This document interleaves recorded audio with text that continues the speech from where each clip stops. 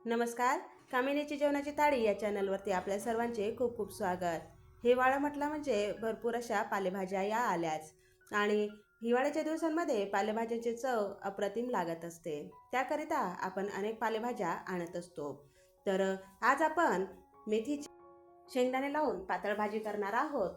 तर ही भाजी भाकरीसोबत चुरून म्हणा अथवा पोळीसोबत किंवा गरमागरम भातासोबत अतिशय चवदार लागते.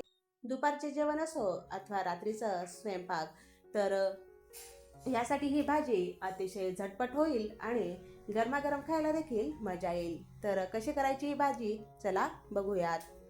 या ठिकाणी मी 1 ते 1.5 कप मेथी घेतलेली आहे. सोबतच शेंगदाणे, लसूण आणि हिरवी मिरची घेतली.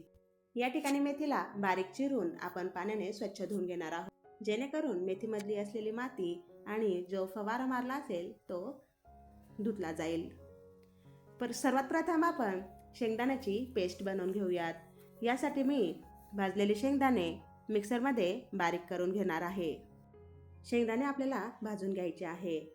शेंगदाणे व्यवस्थितरित्या बारीक झाले की आपण त्यामध्ये लसूण आणि हिरवी मिरची टाकणार आहोत. या ठिकाणी तुम्ही आपल्या आवडीनुसार मिरचीचे प्रमाण कमी अधिक करू शकता. मिरची देखील भाजली तरी चालेल. या ठिकाणी हे सगळे जिन्नस मिक्सरमध्ये छान असे बारीक करून घेऊयात. बारीक केले की या ठिकाणी आपण पाव कप पाणी टाकून पुन्हा एकदा त्याची बारीकशी अशी पेस्ट करून घेणार आहोत. तुम्ही पाहू शकता शेंगदाण्याची पेस्ट तयार आहे. तर आता मुख्य कृतीकडे वळूयात. यासाठी मी कढईमध्ये 2 ते 3 चमचे तेल गरम करून घेत आहे. तेल व्यवस्थितरित्या गरम झाले की लगेचच आपण त्यात अर्धा चमचा जिरे टाकणार आहोत. जिरे छान तळतळले की आपण स्वच्छ धुतलेली मेथी यात टाकणार आहोत. मेथी आपल्याला तेलामध्ये 60 ते 70% शिजवून घ्यायची आहे. तेलामध्ये आपल्याला मेथी छान अशी परतवून घ्यायची आहे, जेणेकरून तिचा स्वाद भाजीमध्ये परिपूर्ण उतरेल. तर अशा पद्धतीने आपल्याला तिला मध्ये मध्ये चालवत शिजवून घ्यायची आहे.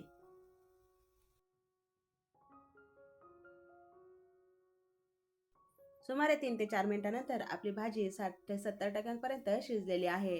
लगेचच आपण त्यात अर्धा चमचा हळद टाकून परतवून घेऊ. हळद आपल्याला त्यामध्ये 1 मिनिट शिजवून घ्यायची आहे. हळद व्यवस्थितरित्या परतवली गेली की लगेचच आपण त्यामध्ये शेंगदाण्याची बनवलेली पेस्ट टाकणार आहोत. ही पेस्ट देखील आपल्याला भाजीमध्ये व्यवस्थितरित्या परतवून घ्यायची आहे.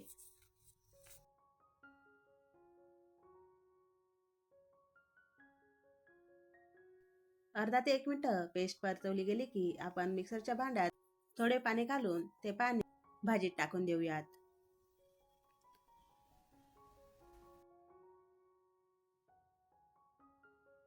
सगळ्या गोष्टी व्यवस्थितरित्या एकत्रित केल्या गेल्यानंतर आवश्यकतेनुसार पाणी टाकून आपण भाजीची कन्सिस्टन्सी ॲडजस्ट करून घेऊयात.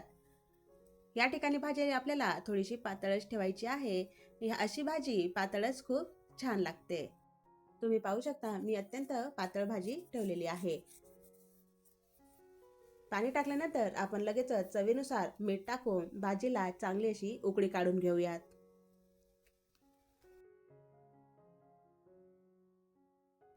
भाजीला सुमारे आपल्याला 3 ते 4 मिनिटं उकळी काढून घ्यायची आहे.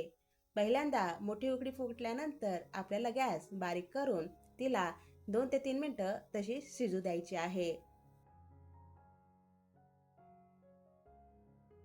3 ते 4 मिनिटं भाजीला छान अशी उकळी काढून घेतली आहे. आता आपली भाजी तयार आहे. ही गरमागरम भाजी तुम्ही भातासोबत खा अथवा भाकरीसोबत खा किंवा पोळीसोबत खा. अत्यंत चविष्ट लागते. तर तुम्ही देखील चवीला उत्कृष्ट अशी भाजी नक्की ट्राय करून पहा आणि मला कॉमेंट बॉक्समध्ये कळवा की कशी झाली.